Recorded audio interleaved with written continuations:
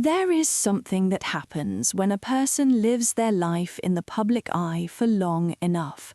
Every gesture becomes visible, every expression is captured, every moment, however fleeting, however ordinary it might feel in private, becomes part of a permanent record that the world can revisit, pause, rewind, and interpret in any number of ways. For most public figures, this is simply an occupational reality, a price paid for the platform they occupy.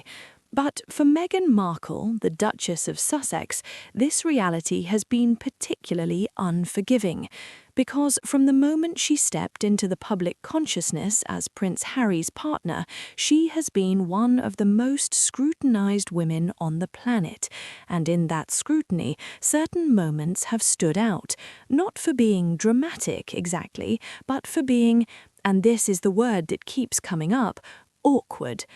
Welcome, I'm glad you are here, and over the next little while I want to take you through some of those moments carefully, not to judge, not to condemn, but simply to look at what happened, how it appeared to those watching, and what, if anything, it might tell us. As always, I would encourage you to draw your own conclusions. Let us begin. To understand why certain moments involving Meghan Markle attract so much attention, it helps to understand the context she stepped into, and that context is unlike almost anything in recent public life. In 2016, when news first emerged that Prince Harry was in a relationship with an American actress, the world was immediately curious. Harry was one of the most beloved members of the British royal family, warm, relatable, a decorated military veteran who had served 2 tours in Afghanistan. He had his mother's gift for genuine human connection, and Meghan, by all accounts, a poised, accomplished, articulate woman with a successful career and a thoughtful public profile, seemed on paper like an extraordinary match. Their engagement in November 2017 was met with widespread celebration. Their wedding in May 2018 was watched by hundreds of millions of people around the world, and their first royal tour of Australia later that year generated the kind of crowds and warmth that the royal family had not seen in years. So, when things began to feel uncomfortable, when certain moments started attracting commentary and concern, it happened against this backdrop of initial warmth and genuine goodwill. That context matters, because the awkwardness we are going to discuss today did not emerge from nowhere. It emerged from a very specific set of circumstances, expectations, and pressures that would test anyone. With that said, let us look at the moments themselves. The first is one that many people remember quite clearly, and it involves something as seemingly simple as curtsying. In royal protocol, curtsying to senior members of the royal family is a tradition with deep roots. It is not merely etiquette, it is a visible acknowledgement of the structure and hierarchy within the institution.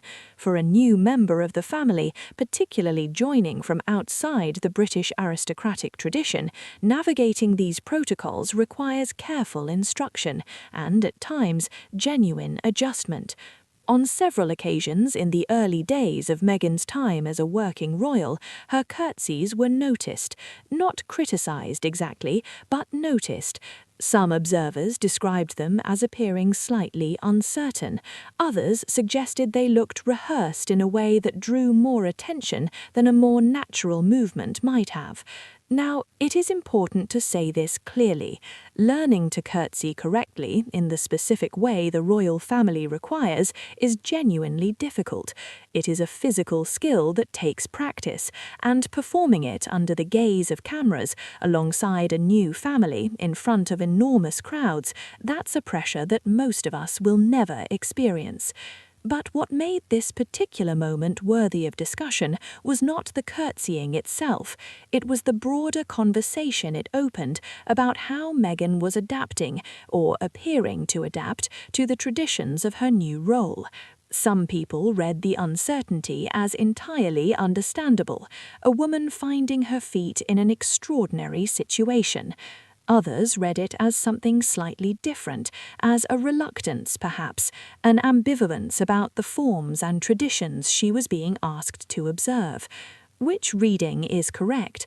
That's genuinely difficult to say, and it's worth noting that both can be true simultaneously, that a person can be genuinely trying to adapt while also finding certain aspects of what they are adapting to uncomfortable. What happened next is worth noting, because the curtsying moment, small as it was, became part of a larger pattern of observation. People who were watching closely began to collect instances where Meghan's body language, her expressions, or her public behavior seemed to signal something other than the composed ease that royal appearances typically require. One of the more discussed examples involves the way Meghan interacted with her sister-in-law, Catherine, now the Princess of Wales, during public appearances. In the footage that exists from the early period of both women being in the royal family together, something that some viewers noticed was a quality of distance in certain exchanges. Not hostility, nothing as clear as that, but a formality that seemed to sit slightly at odds with the warmth that was clearly expected. Royal family members are expected in public to present a unified front, to appear comfortable and cohesive, and for the most part the footage shows exactly that: smiles, appropriate proximity, the visual language of family accord. But there were moments, specific, identifiable moments, where the ease appeared slightly strained, where the smile seemed to arrive a fraction of a second later than it might have, where the interaction had a quality that some observers described as polite rather than warm. Now, it is genuinely important to say this here. Reading body language, particularly in still photographs or brief video clips, is an imprecise business. Experts in non-verbal communication will tell you that context is everything. A person can appear cold in a photograph and be having the warmest conversation of their life. A smile that looks delayed can simply be the result of catching a moment between moments. So, I'm not telling you that these observations are definitive. I'm telling you that they were made by many people independently, and that they contributed to a growing public conversation about who Meghan Markle was behind the carefully managed public image. Let us move to a moment that is somewhat more concrete and considerably more discussed. In March 2021, Harry and Meghan sat down with Oprah Winfrey for a 2-hour interview that was watched by tens of millions of people globally. It was, by any measure, a landmark television event. The things said in that interview about racism within the royal family, about mental health struggles, about the breakdown of relationships were serious, significant, and deeply consequential. But alongside the serious content, there were moments in that interview that caught people's attention for slightly different reasons. One particular involved a claim Meghan made about her wedding.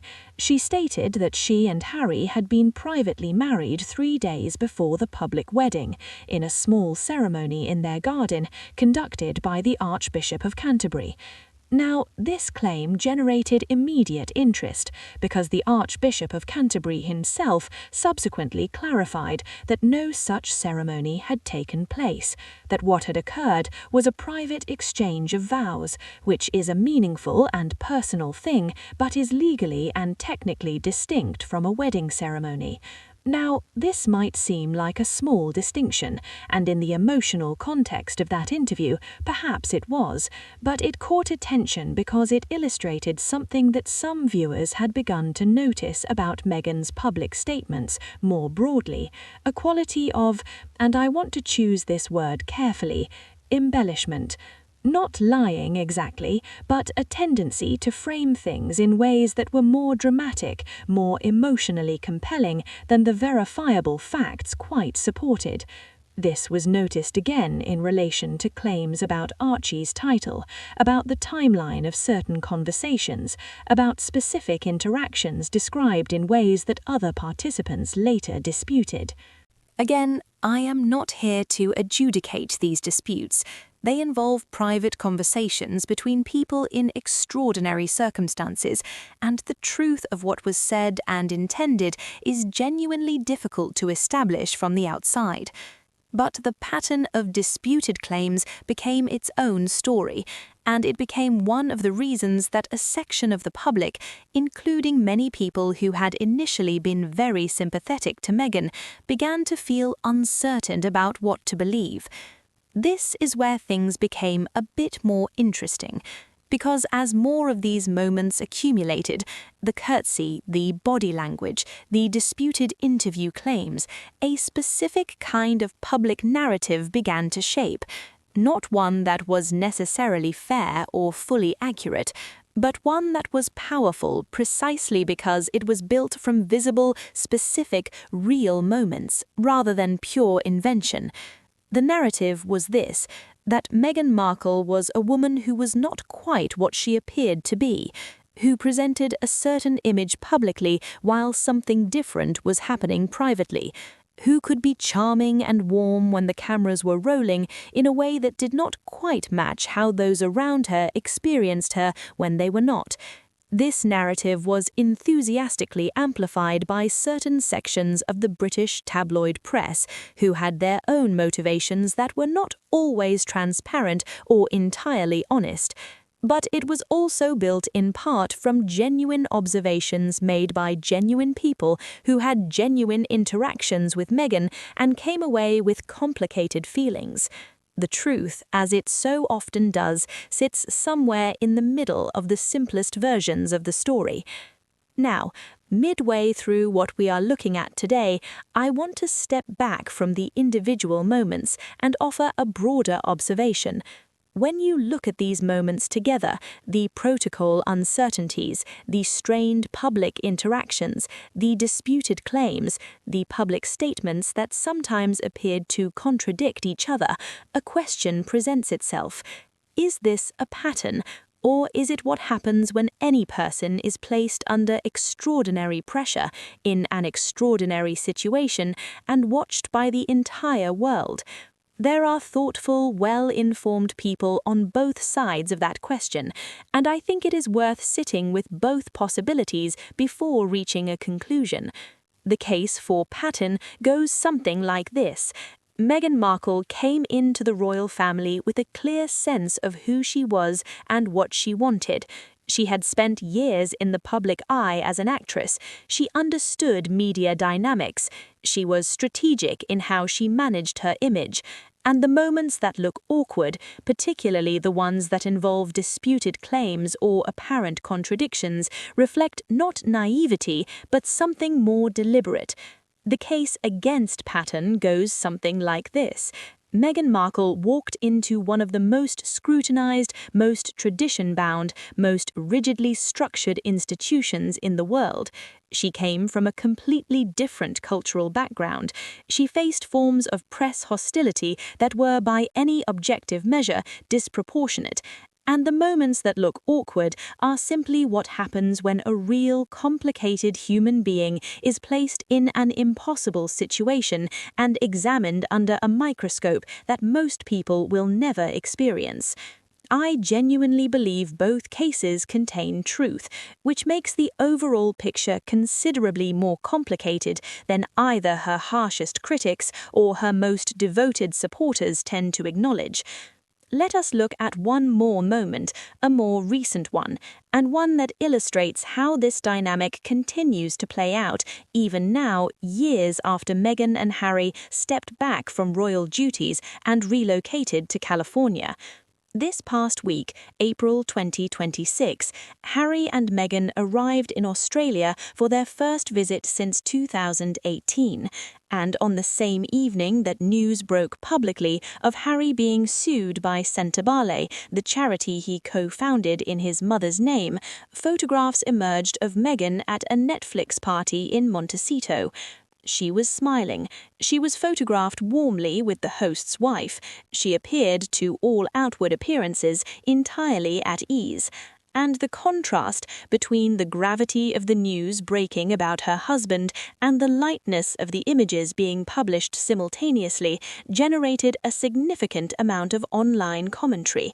Now, there is a completely reasonable explanation. Events are planned in advance. She could not have known the precise moment the lawsuit story would go public.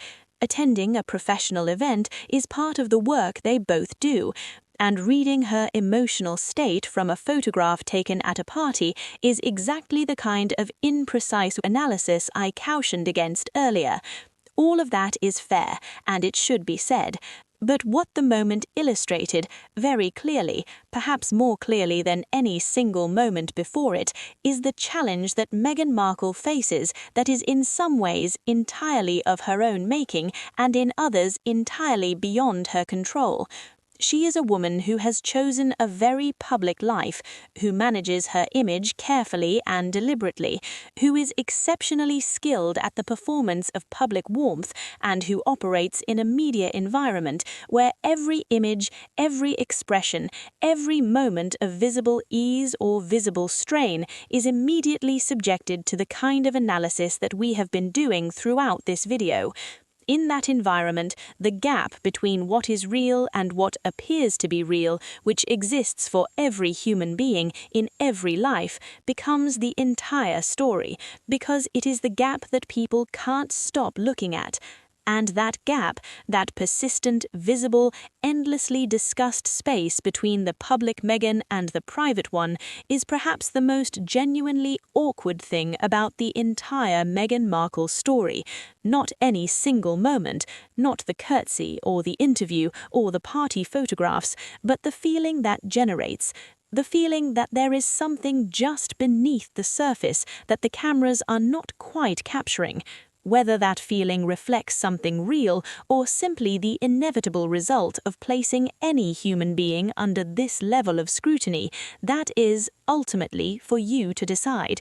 And perhaps that's the most honest place to leave things today. Meghan Markle is a complicated figure. She has done things that have generated genuine admiration and things that have generated genuine criticism. She has been treated unfairly in ways that deserve to be acknowledged, and she has contributed to her own complicated public narrative in ways that are also worth noting. The awkward moments we have looked at today are part of a larger story, one that is still being written, still being argued about, still generating the kind of passionate disagreement that suggests we are all in some way finding something in this story that matters to us beyond the specific details of one woman's public life. That's worth thinking about. Thank you for watching today. I appreciate you taking the time. If you found this thoughtful and would like to continue the conversation, please leave your thoughts below. I read them and I find them genuinely valuable, and I'll see you in the next one.